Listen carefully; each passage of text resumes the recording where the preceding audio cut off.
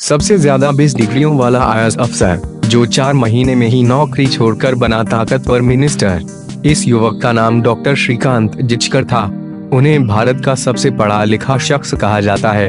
उन्होंने करियर की शुरुआत एमबीबीएस डॉक्टर के रूप में की थी, फिर नागपुर से एमडी की।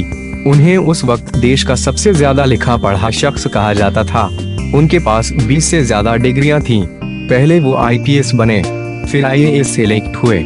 दोनों ही बार उन्होंने इन शानदार नौकरियों को ठुकरा दिया। 14 सितंबर 1954 के दिन जिचकर का जन्म हुआ था। लिम्का बुक ने उन्हें देश का सबसे योग्य व्यक्ति बताया था। श्रीकांत 1978 में इंडियन सिविल सर्विसेज एग्जाम में बैठे। उनका सिलेक्शन भारतीय पुलिस सेवा यानी आईपीएस में हुआ। उन्होंने इसे छोड़ दिया।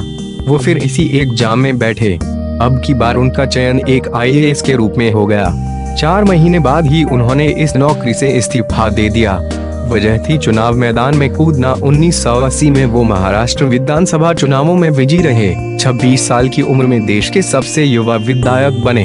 अब श्रीकांत की अन्य डिग्रियों या अन्य पढ़ाई की बात करते हैं। उन्होंने एलएलएम यानी इंटरनेशनल लॉ में पोस्ट ग्रेजुएशन किया, फिर डीबीएम और MBA masters in business administration किया।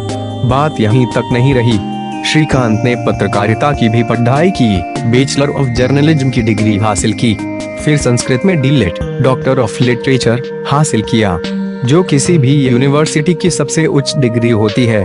उन्होंने समाजशास्त्र, अर्थशास्त्र, इतिहास, अंग्रेजी साहित्य, दर्शन शास्त्र, राजनीति विज्ञान, प्राचीन भारतीय इतिहास, पुरातत्व और मनोविज्ञान में भी एमए किया था।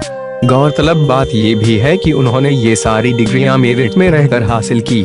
पढ़ाई के दौरान उन्हें कई बार गोल्ड मेडल मिले। 1973 से लेकर 1990 तक उन्होंने 42 यूनिवर्सिटी एग्जाम दिए। श्रीकांत यही नहीं रुके, वो महाराष्ट्र के सबसे ताकतवर मंत्री भी बने। उनके पास उस समय 14 विभाग थे। वहां उन्होंने 1982 से 85 तक काम किया। इसके अगले साल यानी 1986 में वो महाराष्ट्र विधान परिषद के सदस्य बने। यहाँ पर 1992 तक रहे। 1992 से 1998 के बीच वो राज्यसभा में भी रहे। जब 1999 में डॉक्टर जिचकर राज्यसभा का चुनाव हार गए तो उन्होंने अपना फोकस यात्राओं पर केंद्रित किया। वो देश के कई हिस्सों में गए और वहाँ स्वास्थ्य, शिक्षा और धर्म के बारे में भाषण देते रहे। उन्होंने यूनेस्को में भारत का प्रतिनिधित्व किया।